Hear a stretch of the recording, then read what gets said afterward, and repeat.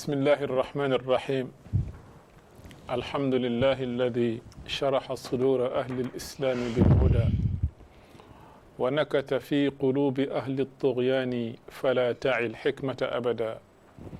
وأشهد أن لا إله إلا الله وحده لا شريك له إلها أحدا فردا صمدا لم يتخذ صاحبة ولا ولدا وأشهد أن محمدا عبده ورسوله ما أعظمه عبدا وسيدا وأكرمه أصلا ومحتدا وأبهره صدرا وموردا وأطهره مضجعا ومولدا صلى الله عليه وعلى آله وأصحابه غيوث الندى وليوث العدا صلاة وسلاما دائمين من اليوم إلى أن يبعث الناس غدا مخيسة السلام عليكم ورحمة الله وبركاته dellu si nañu beneen yoon ci kàttanu buur bi subhanahu wa taala ci seen émission approche an nahj bi ngeen am talaata bu nekk ci waxtu wi ñu ñëw tey encore ci beneen tomb boo xam ne bi incha allahu taala di ngeen xam ne tomb bu am solo la te ñëw na ci waxtu nu ma leen waxee nag seen émission dafa am aaday lépp lu xew daf koy jàngat bu baax gëstu ko bu baax froidement indi fi koo xam ne kii gëstu na ci wàllu woowu bu ko defee mu waxtaanal ñu ci mbir moomu xam ngeen nag seen émission ñaari nit lay doon waaye dañu am aada yi tamit bu ñu amee sujet boo xam ne bii dafa important te laaj développement dañuy préférer indi kenn koo xam ne kii maîtriser na sujet bi macha allah mu waxal ñu ci ànd ak développement boo xam ne bii moom lañ ci soxla ngir ngeen mun ci jëriñu yéen ñëpp loolu moo tax sujet bi ñu tànn koo xam ne kii yàgg na fi ñëw moom laa tudde al mustachaaru al awwal li hada al barnaamij mooy conseiller bu njëkk émission bi ndax ñoo ko tàmbale ndoo boobaak léegi mu ngi fiy ñëw te saa yu fi ñëwee sottil ñu fi xam-xam ñuy waxtaane tey lu ñuy wax alxijaabu al islami bayna al ams wal yawm maanaam le voile musulman d'hier à aujourd'hui maanaam muuraay bi l'islam digle jële ko démb ba tey ñu jàngat ko macha allah su ma ko waxee xam ngeen lan mooy illa bi ndax li fi xew ci fan yi ñun ñëpp ñoo ko déggandoo ci mbirum muuru ak ñàkk muuru ci établissement boo xam ne bi yéen ñëpp xam ngeen ko journal yi wax ci débat yi am ci ñu ne woon nag nañu préféré ba xaar ba mu dal ñu ñëw étudier ko froidement ak koo xam ne kii yàlla may na ko tamakkun ci fànn boobu ñu indi fi suñu xarit al ustaad al Hasan Seck macha allah al ustaad al Hasan kenn du ko présenté ci dëkk bi léegi est-ce que ndax ñëpp xam nañ ne day jiite juma jërëjëf dafay jàngale macha allah imaam bindkat la macha allah bind na ay ouvrage yu bëri yu fasantiku yoo xam ne yi képp kuy intellectuel boo ci tiim jàng ko da ngay gis rigueur intellectuelle bi nga xamee ne moom la def moom mooy nahjam te loolu moo tax ñu ret ñu koy woo ndax nun duñu fawee xam-xam jërëjëf al ustaaz assalaamu aleykum wa rahmatullahi wa barakatuh wa aleykum salaam wa rahmatullahi taala wa barakatuh bismillahi arrahmani arrahim alhamdulillahi rabbil alamin والصلاة والسلام على أشرف المرسلين والعاقبة للمتقين ولا عدوان إلا على الظالمين فضيلة الأستاذ Tandian ñu ngi lay fay ci sa nuyu boobu nga nuyu ñu di la ziyaara di ñaan yàlla mu yokk sa wérgu yaram amiin ya rab yokk sa maqama amiin ya rab yokk sa garaat yokk sa ngëneel amiin ya rab ndax say yokkute ci bum ci mante doon ci yi yokkute diine ji la alhamdulillah yokkute xam-xam la alhamdulillah dama doon jàng ci benn téere benn taalibe boo xam ne sëriñam bu mu wóolu woon naw ko comme ni la nit ñu bare wóolu woon naw la ci xam-xam daf ko ñëw seet si mu mel ni yaram bi dafa sutante waa ji am lu ko metti ne yàlla lenn rek laa lay ñaan su fekkee ne man sama fan wi nga dogaloon ne moom laa war a dund ci kaw suuf allahu akbar desoon na ci ay fan wala ay weer wala ay at yàlla maa ngi lay ñaan gu la kenn mos sa ñaan mooy la ca desoon na nga ma ko joxal kii tëdd ndax dundam moo ëpp njëriñ sama dund wér gu yaramam moo ëpp njëriñ sama wér gu yaram allahu akbar nit ñu mel ni yow ay jullit ñu noonu lañ leen war a ñaanalee yal na la ko yàlla defal amiin yaa rabbi yokk sa wér gu yaram yokk sa maqaam yokk sa garaat yokk sa ngëneel amiin jërëjëf ni nga ko waxee émission bi wax dëgg yàlla bi mu tàmbalee ba léegi jamono jooma dalalee rek di nga may gën a wan dugal gi nga ma dugal ci biir boole gi nga xam ne boole nga ma ko ci loolu itam ma yëg ko fu xuuta xuut ci sama xol ndax itam day wane ne yow xam-xam rek moo la yitteel te loolu lu ñuy naw la lu ñu su ko defee waxtaanu tey bi nag ni nga ko waxee xew-xew dafa am solo surtout bu ñu demee ci méthodologie xam nga yaa ngi tuddee émission bi approche muy an-nahj wala muy méthodologie waaye bu alxuraan sax daf ñuy jàngal li ñuy wax xadas muy événement naka lañ ko war di exploiter di ci génne ay jàngat parce que gis nga des fois booy jàngat jóge ko ci benn xew-xew yow sax loolu daf lay protéger daf lay aar parce que boo jàngat boobu mooy wane ne yow waxuloo ngir sa bakkan waxuloo ngir sa bopp waxuloo ngir keneen itam dégg nga de yow da ngay jàngat xew-xew bi di ci jéem a génne loo xam ne lu scientifique la lu scientifique mooy lan keneen ku defoon jàngat boobu mën na dëppoog yow ci loola fekk teg nga ko ci ay preuve ak ay référence ak ay tegtal te loolu la ñuy ñaan yàlla jàppale ñu ci di kontaan bu baax a baax bi ngeen ñi defalee nii nga xam ne pour waxtaan bi ñu gën a am temps dellu si ci loolu am nañ ci mbégte di ñaan yàlla na yàlla mottali lépp rafetal ko macha allah jërëjëf al ustaad al imam Alxasan Seck jërëjëf al imam Alxasan jàng nañ ci alquran yàlla subhanahu wa taala di wax ak yonent bi di ko wax audu billahi min alshaytan arrajim ya ayuha annabiyu qul li azwajika naam wa banatika naam wa nisaa almuminin naam yudnina alayhinna min jalabibihin naam dalika adna naam an yurafna fala yudayna yàlla di ko wax ci alquran yow yonent bi alayhi salatu wasalaam yow yonent bi salawatullahi wasalaam waxal say soxna waxal say doom waxal jigéen jullit ñi ñuy sang seen yaram noonu rek laa koy def ñuy sang seen yaram looloo tax ñu leen di xàmme ku dul ñoom ba kenn du leen lor ndax dañu ñoŋal seen bopp boo ñoŋalee sa bopp dañ lay respecté allahu akbar boo xawee ko nag ku nekk ñime la kuy waaw fala yudayn kon xijaab mun nga ko delloo foofu xadis yi ci wax nag moom dafa bëri du ma ci wax kenn xamul nu mu toll xadis yi moom du ma ci sax cité benn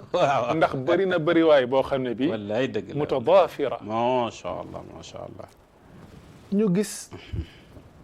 léegi dafa mel ne ci suñu dëkk yi nga xamee ne ñun dañuy wax ne ay jullit lañu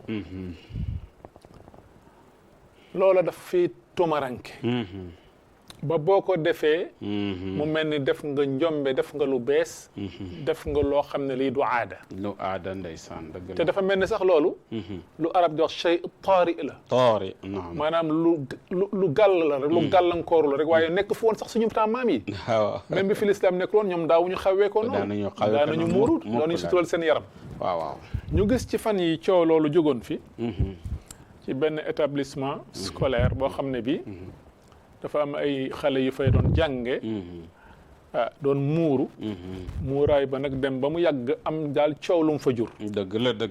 la ñëpp wax ci comme ni ma ko waxee ci tàmbali gi dëgg la ala kulli xaal ñun ci xam-xam la ñu bëgg a jàngate mbir mi lañ bëgg a jàngate mbir mi comme ni ñu tuddee émission bi niñ ko intitulé mooy ñu wax ci alxijaab d'hier à aujourd'hui wax ci xijaab démb ak tey ak fa mu jaar ba ñëw fi lan mooy wàccuwaayam dinañ ko wax lan moo ci déranger ki nga xamee du jullit di nga ko wax lan mooy ngëneelam lan moo war a nekk suñu comportement ci régime boo xam ne bi dañuy wax ne laïque la te boo gën a ñu xam tamit laïcité ñu expliquer ñu ko lan mooy laïcité en fait est-ce que mooy ku nekk ñu respecter li nga gëm wala mooy benn gëm bi dafay ñëw moo ñu xool yeneen gëm yi loolu tamit ñi laaj na ñu xam lan mooy laïcité ñu xam ko clairement et d'une manière intellectuelle nga jàngatal ñu loolu insha allahu taala macha allah jërëjëf duggin bi am na solo leeral nga lépp cosaanu muuru naka la saxee ci alquran ci aaya bi nga wax ak yeneen aaya yu nekk ci suratu an-nuur ak suratul aaraaf ak yeneen i barab waaye itam aaya bi dafa junji ñaar ci njëriñ yu mag yi muuru ni ko lislaam santaane te mooy jullit bu jigéen bi war a sëmbëstal war a wàcce ay yéreem ba nga xam ne doqam du feeñ dënnam du feeñ dara du feeñ ci cër yi lu dut illa ma zahara minha borom xam-xam yi ne mooy ñaari tënk yi ak ñaari ndëggu yi loolu yàlla mu ne dalika adna an yu'raf na mooy tax ñu xam ne yéen lii mooy seen identité lii mooy seen cosaan lii mooy seen santaane borom subhanahu wa taala te damay faral di wax ne tubaab yi dañuy tiitaroo lu ñuy tuddee l'exception française maanaam ci côté culture ñoom ni ñuy tiitaroo ne am nañ seen jagle waa kon nag naka jullit bi li la yàlla wax ne la mooy sa jagle kon loola source de fierté la war a doon ci bépp jullit de fierté beneen bi ci des itam c'est une grande source de protection pour la femme musulmane wax nga ko jamono ji nga xam ne ñu ngi waxtaane ce qu'on appelle l'harcèlement sexuel jigéen ñi naka lañ leen di caaxaane naka lañ leen di foyee te la ci ëpp lay ubbi bunt ba mooy solu col ko yoo xam ne dëppoo dëgg yàlla wax tey buñ la waxee ci côté statistique ak yeneen si adduna bi tey ni jigéen ñi sonne ci côté boobu dafa leen waroon a wan ne làqukaay bi mooy li leen yàlla joxoon comme yére li leen yàlla joxoon comme tenue tey statistique wane na ne États-Unis d'Amérique kese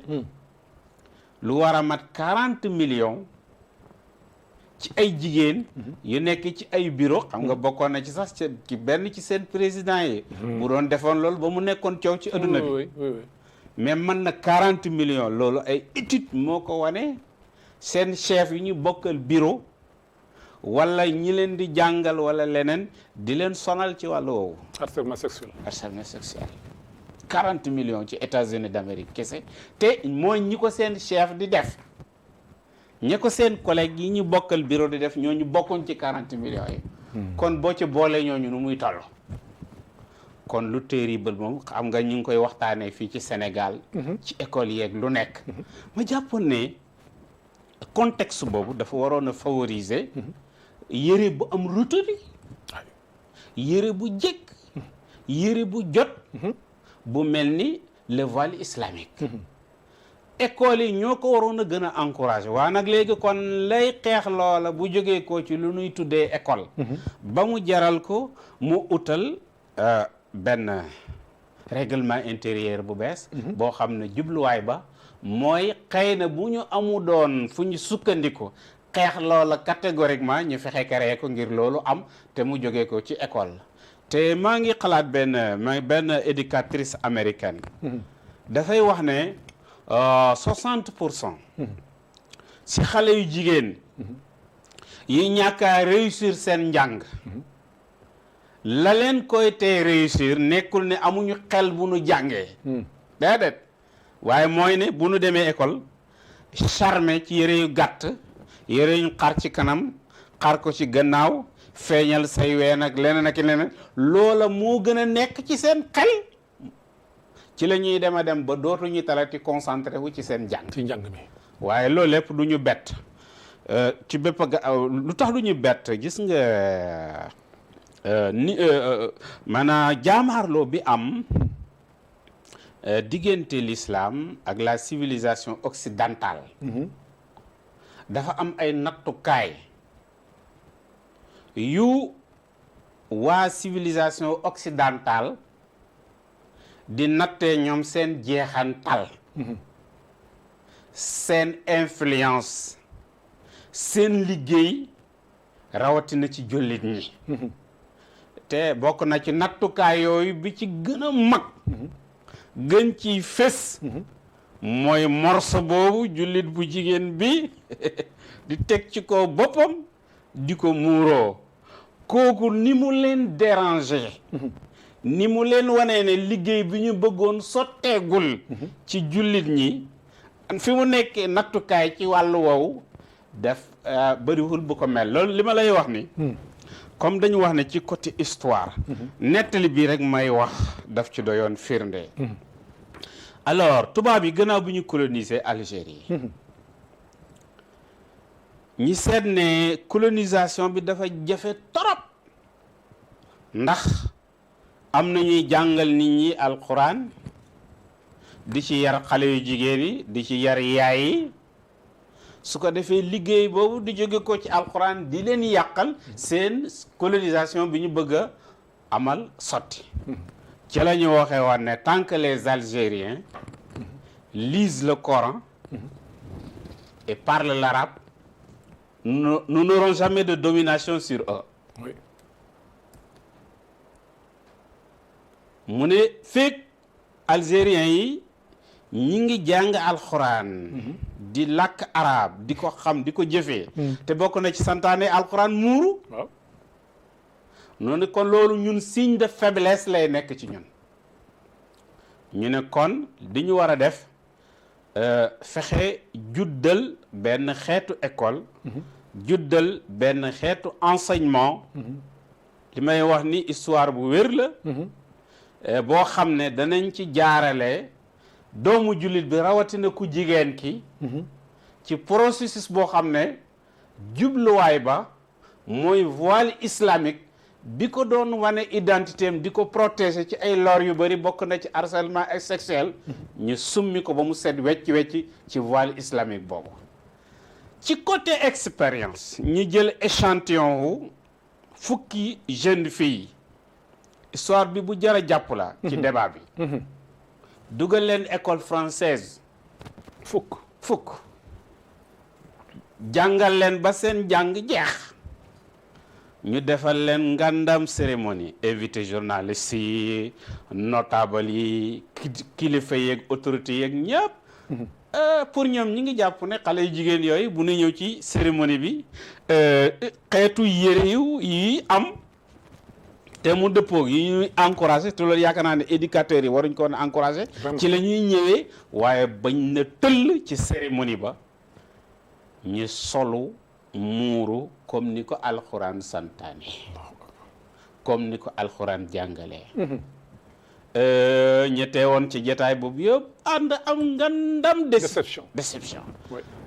benn kàddu ànd génn ci seen làmmiñ ñoom ñëpp mooy qu'est-ce que la France a fait donc en Algérie il y a de cela 128 ans dégg nga wax jooju qu'est-ce que la France a donc fait en Algérie il y a de cela 128 ans kon France bi mu duggee Algérie ba léegi téeméeri at ak ñaar fukk ak juróom-ñett kon ndeke moom li mu yaakaaroon ne liggéeyam réussir na ko sottal na ko am na ci ndam am na ci succès ndekente moom cegiwu de réussir ba gis nga li ma la wax nattukaay bi muuru xale bu jigéen def ci bokk léegi ki nga xam ne moo doon gouverneur général bi yore woon affaire colonie en Algérie demal ci internet bi nga bind ko mi ngi tuddoon Lacoste Lacoste mi ngi juddu 1895 ku gudd fan la mi ngi dee 1989 Lacoste nañu déglu la leen Lacoste tontu ñu dugalaat ko ci débat bi ci côté démb pour comprendre daf na leen qu'est-ce que tu peux faire si le Saint-Coran est plus puissant ici que la France? Il peut rien faire. wax ja leer na. Oui. mu ne su fekkee ne jamono jii ñuy dundoo voile islamique rapport de force la enjeu de civilisation la. Oui. enjeu d'idéologie la. Oui.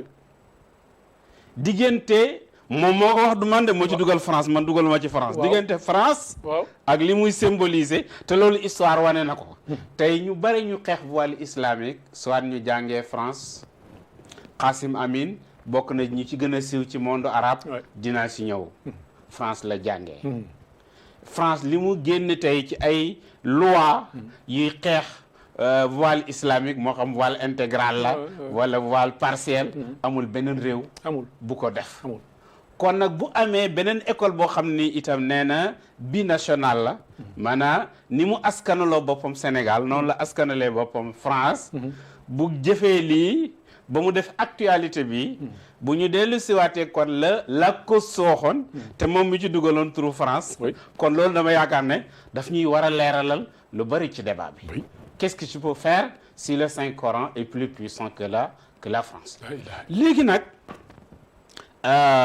ci côté stratégie ma lay wax ne école occidentale li may wax ni histoire bu wér la yi njëkk a am yi ñu njëkk a tabax njëkk koy ériger fu nekk ci dans le monde musulman xam nga ñen ñoo ko njëkk a tabax ay missionnaires damay wax ni tele laa nekk damay joxe référence kuy historien donte doo jullit sax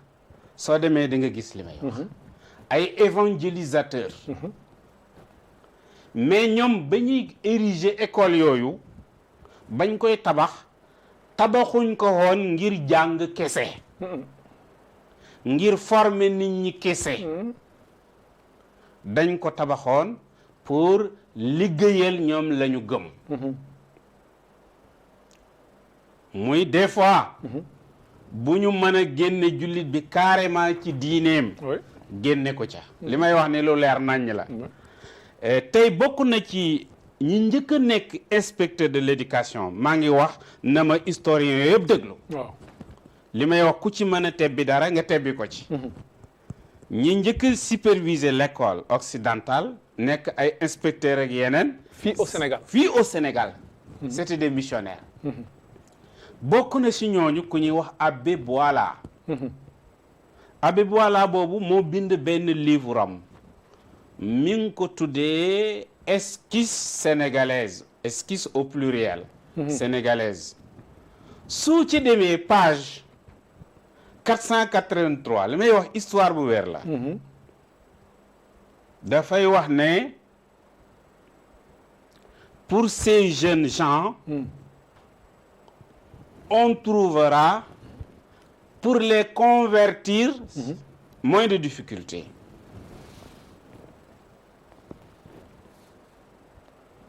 aussitôt qu'ils seront suffisamment instruits ils demanderont d'eux-mêmes le baptême. Absolument. waaw léegi yow booy tabax école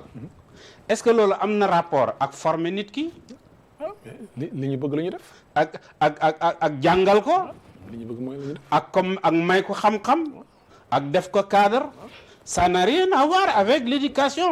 avec l'instruction en tant que tel li ma leen di wax ni ku ko weddi demal ci livre boobu ma wax la excuse sénégalais excuse au pluriel nga dem page 483 oui mu ne xale yu ndaw yi ëllëg suñ leen bëgg murtatloo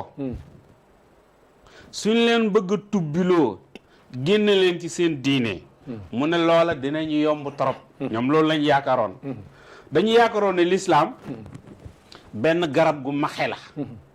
bu ren ya buut nga xam ne da nga koy laal nii rek mu daanu loolu lañ yaakaaroon fekk ils se trompaient lourdement ah oui ils se sont trompés lourdement mu ne xale yi niñ leen di jàngalee dans ces écoles balaa seen jàng di pare ñoom ñooy ñëw saraxu ñooy ñëw ñaan ñu ñu dimbale leen may leen soppi leen génn leen ci seen diine kii buñ ne la inspecteur de l'éducation la mu taxawoon di wax jooju te tey bu école bi nga junj noonu nañu defaat beneen jàngat historiens yi nañ ci ànd ak man daf ne dafay waaj a feetal c'est 200 ans ñaari téeméeri at yi mu def ci Sénégal loolu la wax ma jàpp ne ñaari téeméeri at buñ ko delloo gannaaw ci réewum Sénégal école occidentale bëriwut fi woon mu fi sax fii école arabe moo fi nekkoon arabe lañ daan jàng même royaume yi nga xam duñu ay julli lu mel ni Kumba Ndoffène 1 soo demee ay correspondance am ci archive nationale du Sénégal arabe lañ ko bindee kon buñ ne 200 ans ñu ngi koy feetu kon école yi fi njëkk a implanté wu la kon xam nga soriwul ak jamono ji nga xam ne alors Abbé Boilat mi ngi doon bind téere bi boobu ak lim ci wax te li ma lay wax ne dellu ci page boobu ne ci historien yëpp dellu ñi seet li may wax xam ne sosuma dara xam nga waxoon naa ne wax ci xew-xew daf lay protéger yow ndax dañuy xam ne yow waxuloo ngir sa bopp mais da ngay wax loo xam ne lu dëppoo kàqat loolu mooy li am Sénégal bu ñu demee réew bu mel ni Égypte alors Napoléon Bonaparte ginnaaw bi mu conquérir Égypte bokk na ca ñëm fa njëkk indi et ku ñuy wax Danilope c'était un prêtre Danilope ak ku ñuy wax Cromer ñi yore affaire enseignement ak éducation waaye bokkoon na ci comme li Abbé Boilat bind fii ci Sénégal keneen ku ko bindoon Égypte ku ne wax Anna Milgan mu ci wax ne nous avons pu réunir dans les rangs du collège des filles au Caire, des filles dont les pères sont des pachas et des beys. Il n'y a nulle place où on a pu réunir un nombre aussi important de filles musulmanes sous le commandement chrétien. Par conséquent, il n'y a pas de place plus indiquée pour détruire la forteresse de l'islam que cette école. Ah oui. Kon bu ñu delloo ci li Abbé Boilat waxoon pour convertir ces jeunes on est pour voilà moins de difficultés. Kii wax ne collège des filles maanaam mooy école boo xam ne nii ay jigéen rek lañ fay dajale. loolu c'était en Égypte. c'était en pour dama la bëgg a wan li ma la wax ne la man théorie bi ma lancé. ñe ñoo fi njëkk a amal école yi. te amoon nañ ci yeneen objectif yu dul jàngale kese. bien sûr loolu laa bëgg a prouver. mu ne collège bi dajale xale yu jigéen yi ci Caire. te mu ne xale yu jigéen yooyu yëpp seen bàyyi ay kilifa lañ mooy ay pacha. pacha mooy sang ci mooy monsieur ci ñoom ak bey. mu ne tey boo doon seet ci adduna bi amul beneen place boo xam ne da nga fa fekk ñi dajale fa xale yu jigéen yu baree noonu te ñoo ñëpp cosaanoo ci diiney lislaam te ñi leen yilif di tëgg seen xel di leen jàngal ñu leen di bu ñëwee ñu jog di leen jox xalaat ak lu nekk ay duñu ay jullit mu ne loolu amul beneen place bu mel nii mu ne la naka noonu itam amul beneen place bu nu mën a jaaree pour mabbu tata bu l'islam tata mooy fi ngay aaroo fi ngay muccee mu ne bu raw école bi maanaam li ma bëgg a prouver yëpp lenn la mooy évangélisateurs yi ñoo fi jiitu ak missionnaires yi ñoo fi njëkk a amal école ñoo créé école yi loolu ay fee la te itam waaw am na luñ ci jublu woon bokk na ci buñ mën a murtatloo nit ki murtatloo ko Abbé Boila wax na ko waaw suñ ko manul futti ko ci valeuru diineem loolu la gouverneur général boobu Lacoste wax qu'est-ce que tu peux faire si le Saint-Coran est plus puissant que la France loolu oustaz loolu ay dëgg la yoo xam ne c'est des vérités historiques dëgg la irréfutables li nga wax nii te defe naa ne amul ku ko réeréw dëgg la xëy na dañ koy waaw li fa nekk rek mooy waaw hypocrisie intellectuelle mais amul ku ko réere ndax kenn réerewul ne làkk bu mu mënti doon xam nga ñun jàng ñu suñu làkk dëgg la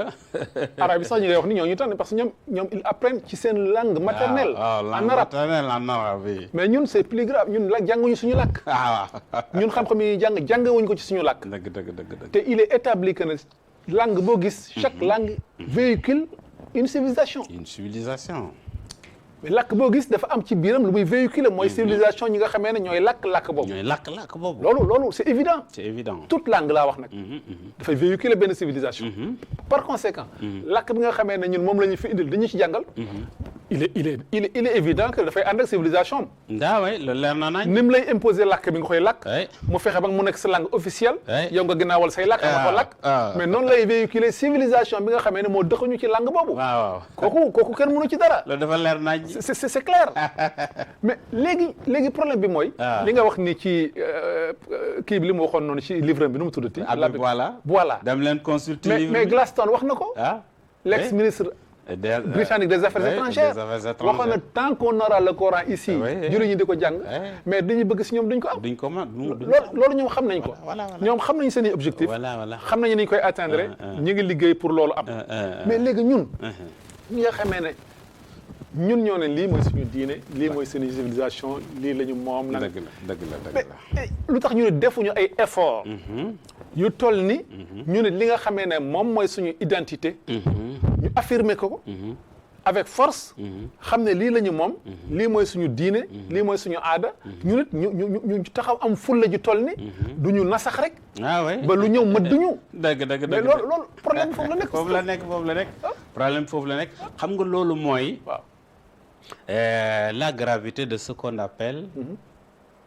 l'agression culturelle mooy xeexee nit ki ci côté fa muy xalaatee côté fa muy gisee nga jiitu fa jaxase foofa yàq foofa embrouiller foofa te loolu dafa am histoire xam nga tubaab yi ci côté histoire dañu yàgg a jaamaarloo sur le plan militaire ak jullit ñi mu commencé ko ci ghazwatu Tabuk mu tata sax ngay wax bi yonent bi di dund ghazwatu Tabuk Qadisiyya guerre des croisades ak yëpp mais ñoom dañuy dem ba gis ne ndekente bu dee ci côté ngànnaay la ñuy xeexeek jullit te bàyyi alquran di defar biiram di defar conception am duñ leen mën a gañe ji ba mukk mais conception bi nga xam ne moom la alquran naroon a def ci ñoom loola buñ ko yàqee ci la ñu leen di gagné ndax dañu leen dugal ci beneen système de valeur loolu ba tey itam am na beneen grand évangélisateur bu ñuy wax Zuwaymar boobu évangélisateur protestant la léegi boo demee vers 1910 dafa amoon France benn revue bu fa daan génn ñu ko daan wax la revue du monde musulman rédacteur en chef bi mu ngi tuddoon Le Chatelier jubluwaayu revue bi ci benn numéro dañ ko consacré woon pour wax ak les catholiques les missions catholiques te xam nga ne école bi sax boo déggee tur bi buñ na sainte loolu xam nga ne am na fu muy dellu te buñ ne am na 200 ans kon avant sax 1910 fekk na mi ngi exister absolument léegi numéro boobu dañ bëggoon a waan les missionnaires catholiques effort yu garaaw yi nga xam ne moom la missionnaire protestant yi di def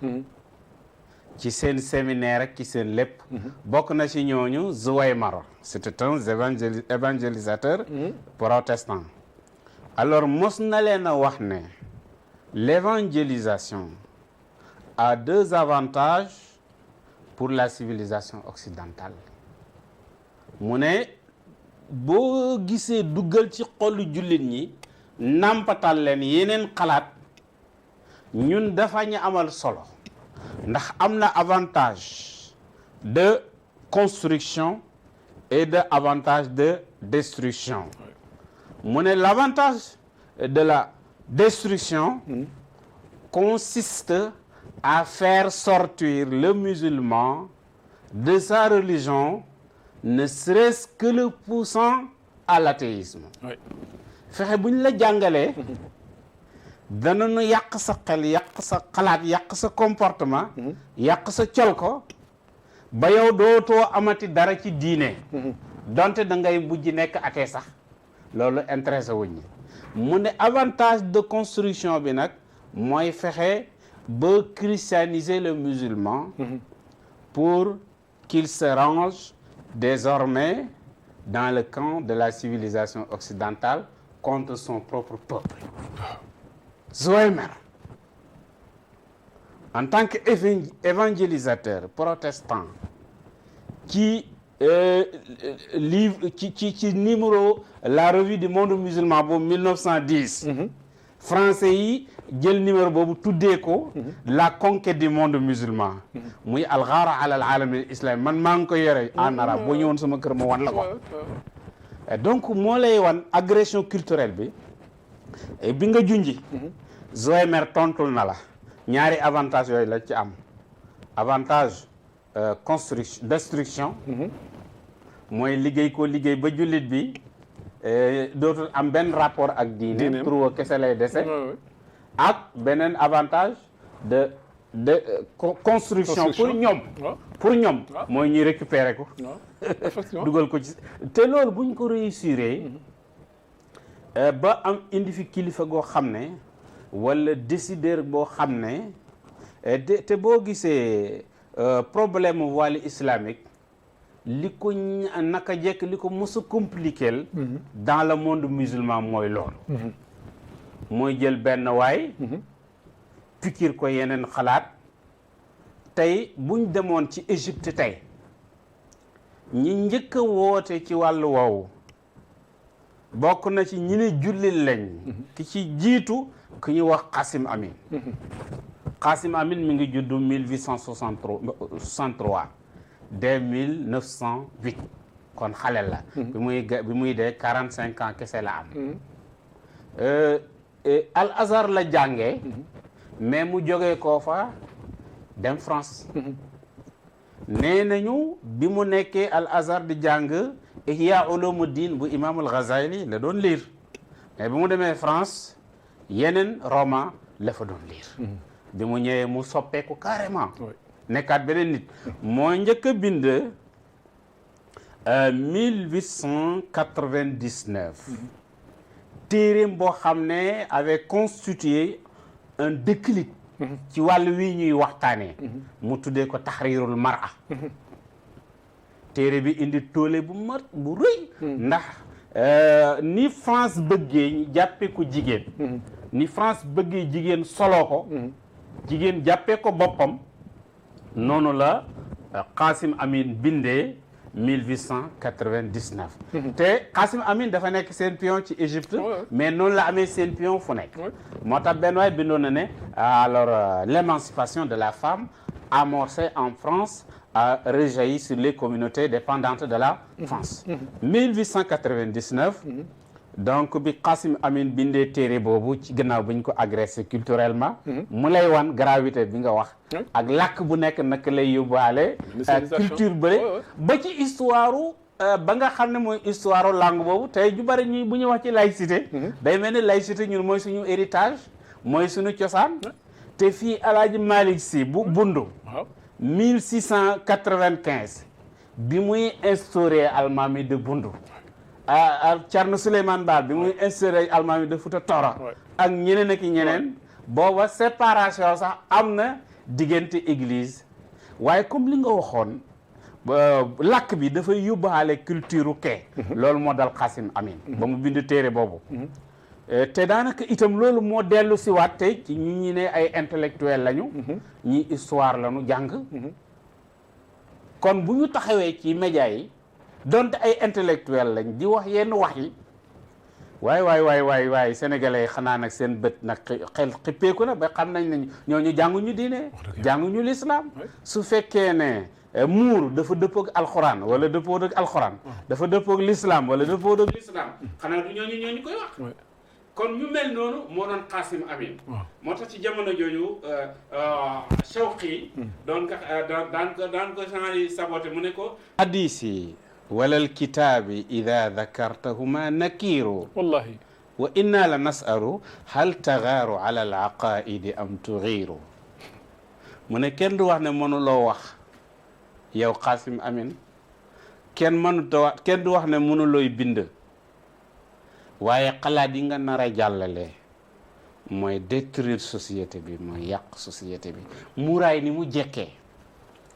ak naka lay aaree ci harcèlement sexuel ak yeneen danger ba ci côté wérgu yaram wér na ni cancer de peau yu bari ci jigéen ñàkk a muuru moo koy indi ay étude wane na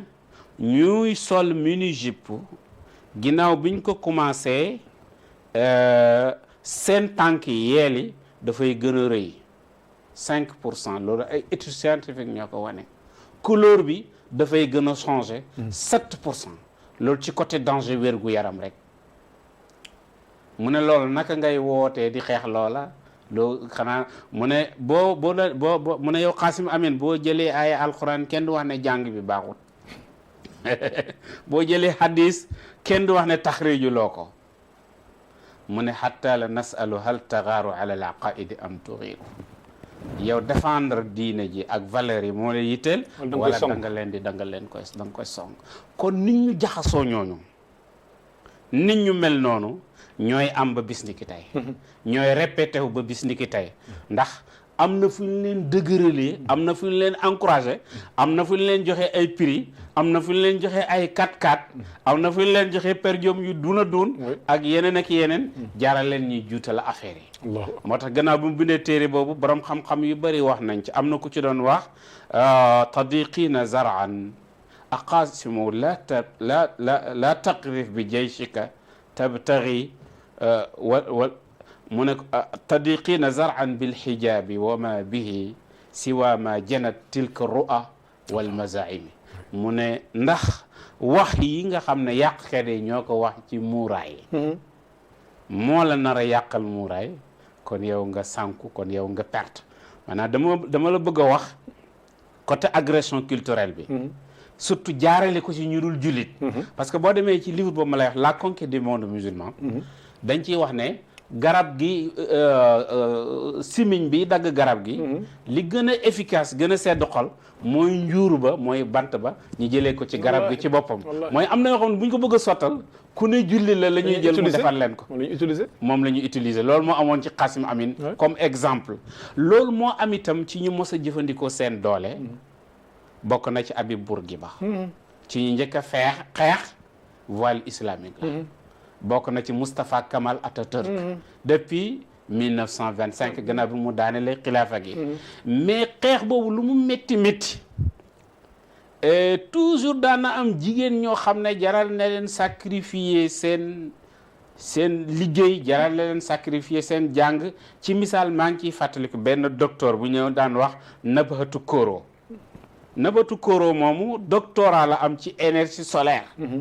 mu ñëw di ko jàngale ci université bu ñëw wax Izmir mais di muuru jamono jooju ki jiite woon conseil des universités mi ngi tuddoon Ihsan Dogormas mu génnee dogal ne amatul kenn ku am droit di jàngale ci université yi di muuru mu woo Nabhatu Koro ne ko benn nga summi sa muuraay wala ñu dàq la mu Nabhatu Koro ne ko ñaar yooyu benn du ci am man jàng naa constitution réew bi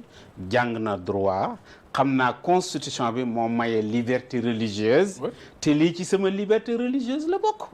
ñu ne ko kon dañ la yóbbu conseil de discipline mu ne yóbbu leen ma soxlawuma avocat soxlawuma dara may défendre sama bopp mu défendre boppam ba pare ñu ne ko li nga wax yëpp dëgg la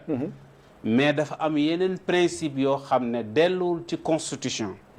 delluwul ci droit delluwul ci leneen mooy ñun ni ñu gisee la ma jàpp ne loolu rek moo fi am amul benn constitution foofu laa bëggoon yow ministre de l'éducation wax na ko foofu laa bëggoon yow léegi loi de l'orientation du Sénégal yooyu yëpp dellu na ci donte ñoom am nañ fitu attaqué inspectrice de Dakar am nañ fitu attaqué ministre de l'éducation nationale am nañ fitu attaqué Le Soleil am nañ fitu waane ne Sénégal li tax ñuy lekk lu tax ñuy naan lu tax ñuy faju ñoom la waaye nag léegi ma gis ñeneen ñoo xam ne nee nañ indépendance su Sénégal la ñuy défendre te yooyu duñ ca wax mais man li ma jaaxal kon nag affaire bi dafa doy waar trop léegi dama gis ñu bëri ñu ciy wax waaw mais ñoom ñu ngi layale toujours seen wax ci nous sommes dans un pays laïque l'école est une école laïque oui mais oustaz je n'ai que 2 minutes et demie laïcité bi ni ñu koy waxee à mon avis bu dee noonu la France gisee la laïcité je peux dire man que ne c'est une laïcité agressive envers l'islam puisque man dama defoon laïcité mooy ku nekk na nga exercer sa diine mais bu fekkee ne yow ñimeetoo wane ne jullit nga est-ce que loolu mën nañu ko layale ci laïcité loolu laa bëgg foofu bëgg naa nga expliquer ma foofu laaj nga fi laaj bu am solo xam nga li nga waxoon ci langue boo koy jàng ni mu lay joxe culture keneen noonu la lay gëmloo histoire kooka nga jàpp ne yow mooy sa histoire xam nga laïcité boo demee ci Diderot c'est un bindkat français dafay wax ne la séparation française comme celle d'autres séparations est une production historique et sociale. Elle est le résultat d'un ensemble d'actions et de réactions dues aux différents groupes en présence. Le camp catholique l'a produite aussi bien que le camp laïque. dafa la bëgg a wax ne dafa amoon jàngoro ak feebar yu amoon ci seen réew yi ñoom yu indi ay action ak réaction yu indi ñi xeex scientifique yu bare comme mel ni Galilée ak yeneen ak yeneen ñi dem ba sukkandiku ci loola woote laïcité mu nekk lu dëppook seen histoire ak ñoom lañ doon dund ñoom maanaam mu mel ni bu fekkoon ne benn comprimé la ñoom dañu feebaroon dañu sibiru woon ñu ne leen yéen comprimé bi moo leen di faj waaw ki nga xam ne feebarut wala sax bu feebaree beneen feebar la am waaye gëm kële kese mu ne kii comprimé bi la utiliser woon wér ma itam naa ko utiliser nam ko utiliser woon yow da ngay gën a feebar ñun fii dañ fi am Alaaji Malick Sy bu bundu wax naa leen 1696 amal na fi état am Thierno Souleymane Baal amal na fi état am ak ñeneen ak ñeneen dañ fa am maam Alaaji Malick am fi Cheikh Ahmad Bamba comme moo tax boo demee ku mel ni professeur Cheikh Gueye docteur Cheikh Gueye ci le cadre unitaire de l'islam au Sénégal dafay wax bu am solo mu ne dañu war a repenser beneen dégginu laïcité boo xam ne la ci nekk côté yu positif yu ñu mën a dimbale mën nañ koy jël mais yeneen côté yi nga xam ne dëppuwul ak ñun ñu xam ne loolu du suñu cosaan waaye tey mel ni rek histoire ñële rek la ñu war a jégga la ñu nar a jéggaani def fi table rase fàtte li fi amoon yëpp kooku mooy li nga waxoon rek jeexantalu agression culturelle bi nga xam ne moo indi yu bare moo koy indi loolu dafay feeñ ci bépp wàll mooy li ngay wax nii li may tudde ne harmonisation bi ñu war a def entre yi nga xamee ne daf ñuy jógee bitim réew ak ñun suñu réalité xam nga même chose bi moo judd woon ci mbirum julli bi ñu jëwoon julli ci pharmacie boobu ba gars yi am problème bi ñu ma laajee loolu laa leen wax il faut que suñuy autorités yi ñu xool ne ñun ay jullit lañ dafa am lu ñu gëm suñu diine dañ ko gëm bu ñuy tëral ay loi nañu jël harmoniser loi yi mu méngoog li nga xamee ne mooy suñu diine ba du ko agressé bu ko defee ñu mën a def suñu diine ni ñu ko yàlla laajee ak yonent bi alayhi salaam macha allah parce que loolu moo ñëwaat ci laïcité bi macha allah jël benn laïcité boo xam ne bii yow et puis xanaa ci ñun rek lañ koy appliqué ci musulman rek lañ koy appliqué vraiment wax dëgg yàlla puisque am na ñoo xam ne ñoom ñi ngi sol li leen seen diine laaj te kenn waxu leen dara ñu ngi koy def ñu leen di dem ci école yooyu léegi bu dee jullit bi la rek ñu ne waaw même ay jullit ñooy taxaw yu mel ni yow taxaw di wax ne non école bi règlement intérieur bi nangam la nous sommes dans un pays laïque il faut respecter les lois nangam ay jullit comme yooyu ñooy taxaw di défendre yooyu cause léegi au détriment de leur religion au détriment de li nga xamee ne moom la ñu suñu yonent bi jàngal alayhi salaatu wasalaam ay loi ay laïque la laïcité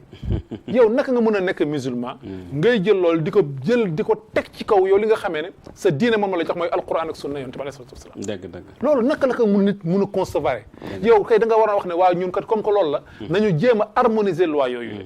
ci bépp wàll mu dëppoog li nga xamee ne mooy suñu ngëm mooy suñu civilisation mooy suñu aada mais du ñun ñooy ñëw seey ci biir yooyu loolu vraiment xaw ma nan lañ koy tuddee loolu daal mooy daal nan ngay jeexale li ma wax sànq daal ku feebar jël benn comprimé pour mu faj feebaram yow nga yore beneen feebar bu bokkut ak booba wala feebaru la sax gëm kooku rek tax nga ne da ngay jël loola mais boo demee dafa am benn Arnold Toynbee bi c'est un grand philosophe historien dafa bind benn téere bu garaaw mu ne gars yi imiter la civilisation occidentale nañ ko moytu ndax imitation boobu day arriérer seen réew yi sax xam nga lu tax yow boo indee xalaat boo xam ne dafa jaamaarloo dafa jooyaloo ak la fay cosaan ak li ëpp ci nit ñi gëm loolu conflit lay indi ñàkk jàmm lay indi ñàkk harmonie lay indi ñàkk dal lay indi te condition yooyu même dafa dàqwanteeg développement xoolal ma dégginu histoire boobu Arnold Toynbee bi jox ñi te ñu soxla ko c'est pertinent donc beneen bi ci des mooy li nga junj woon rek seen liggéey ci côté tëggaat sa xel ak sa xalaat buñ ko sottalee ni nuy gisee rek ngay gisee te loolu ku nekk war na ko daw liñ la ñuul na nga ne daa ñuul weex na nga ne daa weex te yow defula sa benn effort bopp loolu dama ne sax intellectuel waru ko def boroom xam-xamu jullit waru ko def boroom xam-xam dëgg dafa war a xalaatal boppam déparé ci ay réalité soo déparé wul ci sa réalité rek da ngaa déconnecté wu lu mën a tabax bu baax waru ci jógee ko kon daal li ñuy wax ni yëpp pour bëgg réew mi la pour bëgg jàmm la pour bëgg dal la mais li ñu fi wax yëpp histoire la jox naa leen ay téere ak ay référence bien sûr inventé wu ma dara léegi nañu delluwaat ci téere yooyu ak ci référence yooyu ñu jàngataat ko ñu tegaat ko ci kanam situation bi ngir ñu mën a comprendre ça lan ngay tàggoo wax bi jeex na tàkk di la santaat beneen yoon di la gërëmaat bu baax a baax ci dalal bi di am mbégte macha allah macha allah tabaraka wa taala jërëjëf oustaz kontaan nañu baax ñu la gën a kontaan wax dëgg yàlla li nga fi wax ay njëriñ la macha allah ñun ñëpp jëriñu nañ ci wax dëgg yàlla leer na jërëjëf lépp c'est documenté. ok jërëjëf jox nga référence yu leer. macha allah kon mbokk yi seen émission approche tey gis nga. ni mu neexee. macha allah ndax ki ñu fi indi moo toll noonu. macha allah lépp lu muy wax daf koy documenté. macha allah incha allahu taala kon ñaanal leen ko yàlla wér. amiin yaa yàlla yokk ko. ngeen ñaanal ñu ko ñun ñëpp ñun ñu ngi leen di ñaanal loolu. kon incha allahu taala émission bi ku mu raw ci talaata ji. incha allah seetaan ak dimanche. incha allah entre 13h ak 14h. 13h hada wa sallallahu wa sallama ala abdillahi wa rasulihi sayyidina muhammadin wa ala alihi wa sahbihi. assalaamu aleykum wa rahmatullahi wa barakatuhu. di nuyu nag sama doom bu ndaw bi may àndal muy bébé Cheikh. macha allah yàlla na ko yàlla barkeel ko. yàlla barkeel ko incha allah. assalaamu aleykum wa rahmatullahi wa barakatuhu. salaam wa rahmatullahi taala wa barakatuhu. ok shukran barakallahu fiik.